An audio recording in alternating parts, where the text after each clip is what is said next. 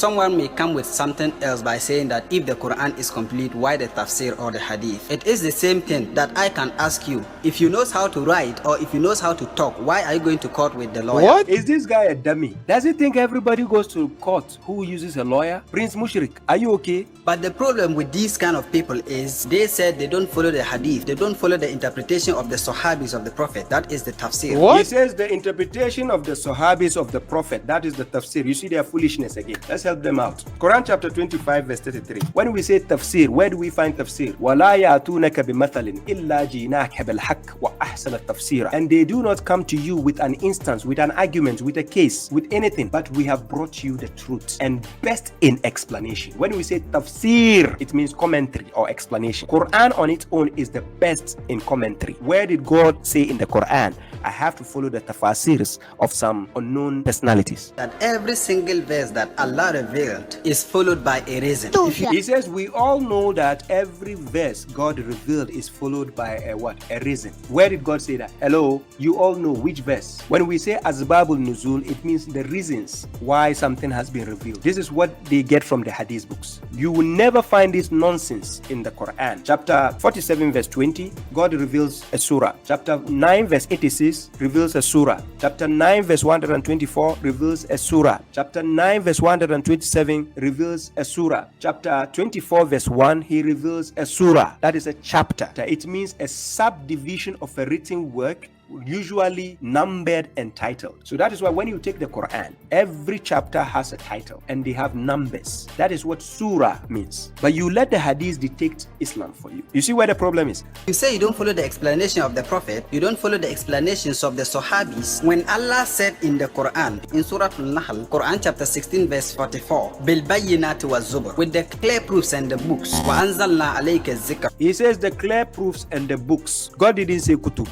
And we send down to you the remembrance, لِتُبَيِّنَ لِلنَّاسِ, that you may make clear to mankind, مَا نُزِّلَ عَلَيْهِمْ, what has been sent down to them, وَلَعَلَّهُمْ يَتَفَكِّرُونَ, and that they may reflect. Allah clearly stated that He has sent down the Quran to Muhammad. وَأَنزَلْنَا إِلَيْكَ الذِّكْرَ. They say God says He sent down the Quran. Is that what God says? So that is why I keep quoting chapter 10 verse 82, وَيُحِقُّ اللَّهُ الْحَقَّ بِكَلِمَاتِهِ وَلَوْ كَرِهَ الْمُجْرِمُونَ. God will enforce the truth with His words even if the criminals dislike it. He mentioned Qibla, you use your own words. He mentioned Hadith, you use your own words. He mentioned Sunnah, you use your own words. He mentioned Hikmah, you use your own words. You will not allow God to explain His own book to you. He said, وَأَنزَلْنَا إِلَيْكَ الذِّكْرَ. It means the Quran. Muhammad, to make it clear for mankind, وَلَعَلَّهُمْ يَتَفَكِّرُونَ, and that they may reflect. Allah clearly stated that He has sent down the Quran to... Does he understand English? He says Allah clearly stated.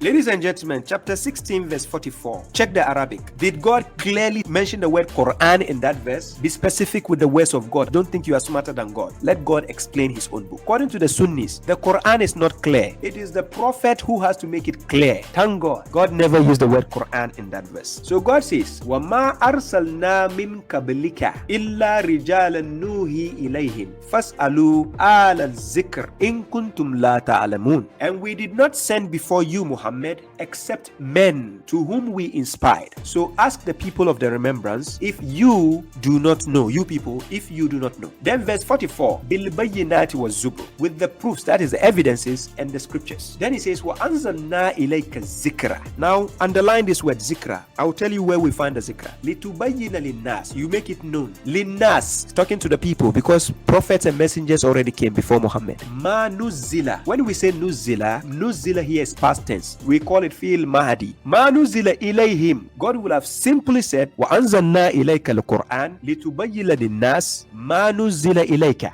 But God said what? وَأَنزَلْنَا إِلَيْكَ الذِّكْرَ. He didn't say Quran. This guy says God clearly said Quran. لِتُبَيِّنَ لِلنَّاسِ مَا نُزِّلَ إِلَيْهِمْ وَلَعَلَّهُمْ يَتَفَكَّرُونَ وَاتَّقُوا اللَّهَ وَيُعَلِّمُكُمُ اللَّهُ. Have the fear of God. Reference God and God will teach you. So we are going to explain by force with our hadith books. Yes, when he says zikra, it means the Quran. By force, whether you like it or not. Where do we find the zikra? In Quran chapter 38 verse 1, God says Swad wal Quran zi zikr. By the Quran Quran containing the remembrance, by the Quran possessing the remembrance, by the Quran which has the remembrance. I told you I'll fact check you. But somebody will say, oh, but it is the same thing, just like the Kaaba and the Masjid al-Haram are not the same thing. Now, for those who don't understand this, they will say, Inna nahnu nazzalna zikra wa inna lahu lahafizun. Quran chapter 15 verse 9. So people will quote that and they say, oh, it means the Quran. Is that what God says? So why don't you let God tell you what the zikr is? Quran chapter 10 verse 37. It is a confirmation of what was before it and an elaboration of the Al-Kitab. The Quran contains the remembrance. Can I say the Quran is the remembrance? No, I can't. I dare anybody watching, come and give me a verse where it says the Quran is the remembrance. Yes, let this video trend again. But yes, the zikr is the kitab. So there is a difference. It's proven in Quran chapter 41 verse 41. But the Quran is not the zikr. The Quran contains the zikr. So chapter 38 verse 1 is giving you the clue. But because you don't want God to explain, you've been taking the understanding from the hadithiyuns, the mushriks. You think you are making sense. When I have a wallet and I have money inside, can I say my wallet is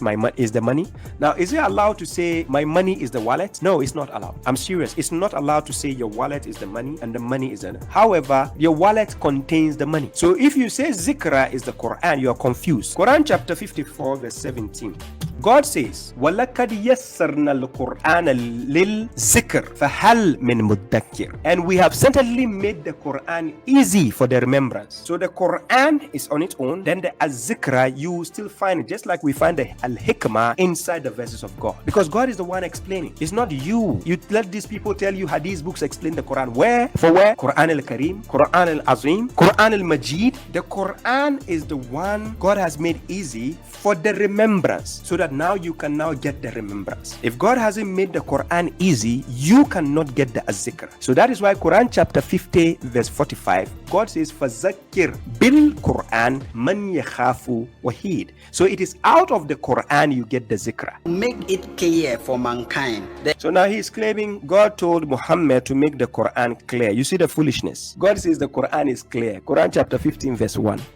God says, Alif Lam Ra Tilka Ayatul Kitab wa Quranil Mubin. These are signs of the Al-Kitab and a clear Quran. Quran chapter 75 verse 16 to 19. Listen carefully. God says, لا تحرك به لسانك لتعجل به إن علينا جمعه وقرآنه فإذا قرأناه فاتبع قرآنه ثم إن علينا bayana. So God said, do not move your tongue, you the prophet, with it in order to hasten with it. Indeed, upon us is the jumla, that is the gathering of it, right? To gather everything, compilation. That is the word jama'ah. It's based on God. It's not you, the Sahabas. Don't fool yourself. Lying to us and the Sahaba compiled what? And it's reading. The way the Quran should be read by chapters is based on God. So when we read it, then follow its reading. Your job is just to follow the Quran. Just listen what it's saying. Don't fool yourself. Then indeed upon us is its clarification, not upon you, Muhammad, not upon anybody. Upon us, which is God, is the clarification of the Quran. So now, where are these mushriks getting the idea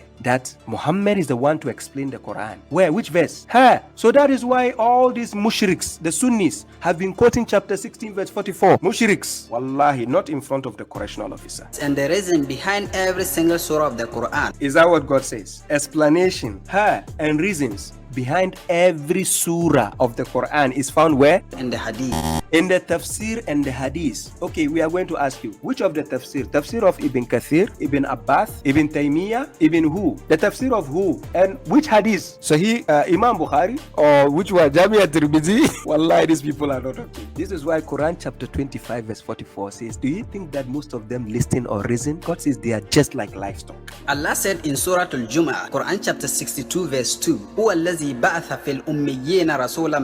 He is the one who sent among the unlettered a messenger from themselves, Yatlu alayhim ayatihi, reciting them his verses, wa yuzakihim, and purifying them, wa yuallimuhumul kitaba wal hikmah, and teaching them the book and the wisdom, wa in kanu min qablu lafi dalalin mubin, and surely they were from before in clear error. Allah clearly states again in this ayah that the prophet is teaching them the book, that is the Quran, and You see what they do? They interpolate their own words. When God says, "Huwa allazi basa fil ummiyina rasulan minhum yatlu alayhim ayatihi wa yuzakkihim wa yuallimuhum al-kitaba wal hikmah." So when God mentions the al-kitab, these people automatically just go to the Quran. Now I ask you, did God say wa yuallimuhum al-Quran? Is that Quran God says there? If God says blue, then they'll say black. So this is why they keep doing the same thing. When God says obey God and obey the messenger, these people will say obey God and obey the prophet. Yet if you ask them, is there a single verse in the Quran where God says obey God and obey the prophet? Then they are looking at,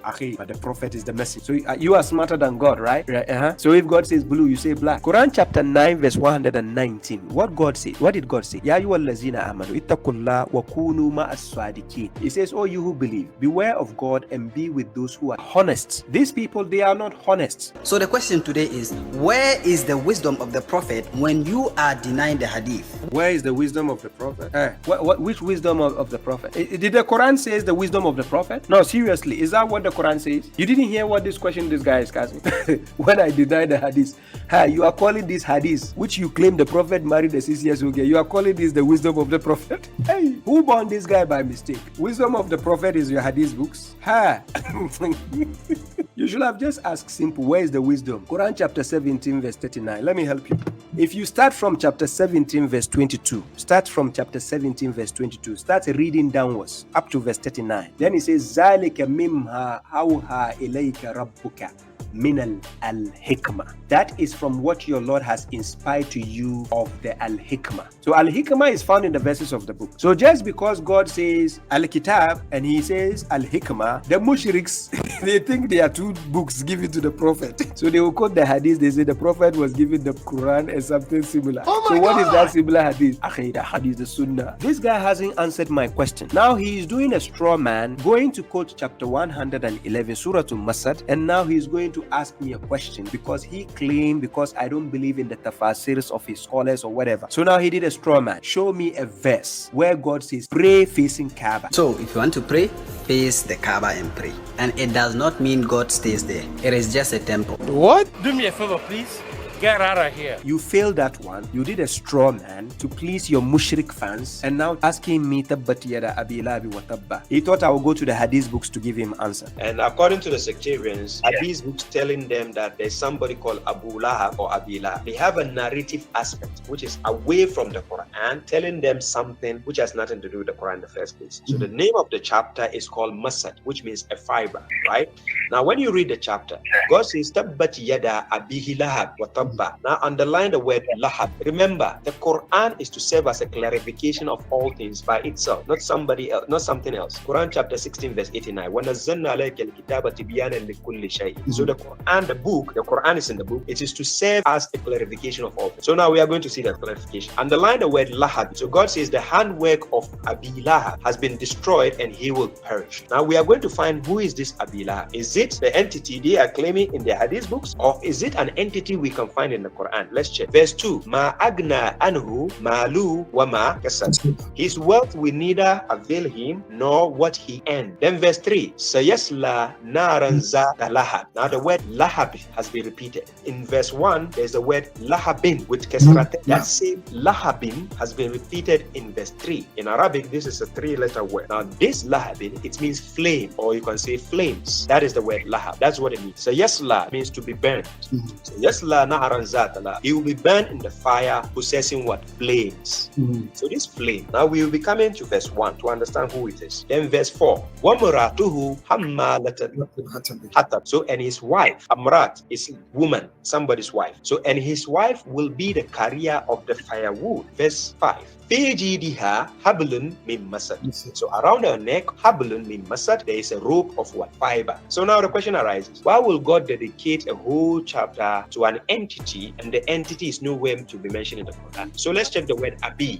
When we say Abi, it means the father, or we can say in English, we can say the don. When we say you are a father of something, it means you are the head of all. When we say you are the father of the house, it means you are the head of the house, including your wife. The moment we mention the word Abi Lahab, we translate it literally as the father of what? Flames. So the word Lahabin is flame. Now who is the father of the flame? Who will be the boss of the flame on the day of judgment? Quran chapter 7, verse 11 to 18, it tells you Iblis will be the one to lead the people to hell.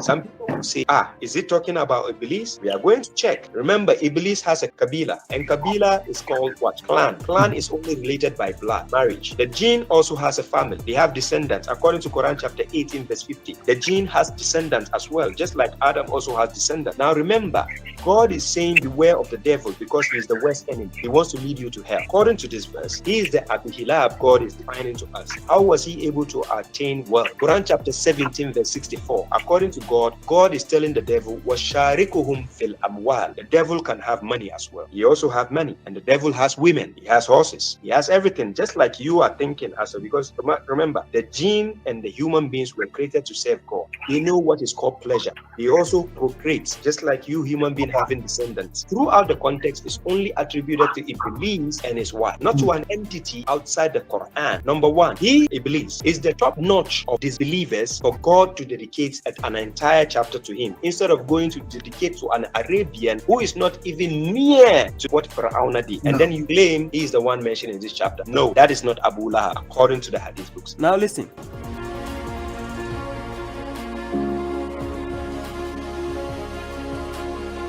He says, my challenge goes back to you and all those who believe not in the hadith and the tafsir. Why did Allah reveal the last 3 chapters of the Quran? It's simple. God revealed the Quran in its entirety as guidance for mankind. If you are talking about the last 3 chapters of the Quran, Surah Al-Ikhlas, Surah Al-Nas, Surah Al-Falaq, everybody with intellect can read and see Surah Al-Ikhlas is telling you about the oneness of God, the Tawheed. Surah Al-Nas is telling you to seek refuge with God. Surah Al-Falaq is telling you to seek refuge with God. Is this supposed to be a difficult thing to answer? So he thought he is asking me a difficult question. He says, note, don't forget to provide your proof if you are truthful. My proof is the Quran. I have nothing else to give you. These kind of people be saying that if the Quran is complete, why the tafsir or the hadith? It is the same thing that I can ask you. If you knows how to write or if you knows how to talk, why are you going to court with the lawyer? No, who told this guy that everybody needs a lawyer in the courtroom? Hey, so that is their justification for following hadith books. So the hadith is the lawyer of the Quran. And this is what the Sunnis are rejoicing. This guy. At the time of Abraham, the only house that was existing was the Kaaba. What? Maqam Ibrahim is not a house. It is his stone.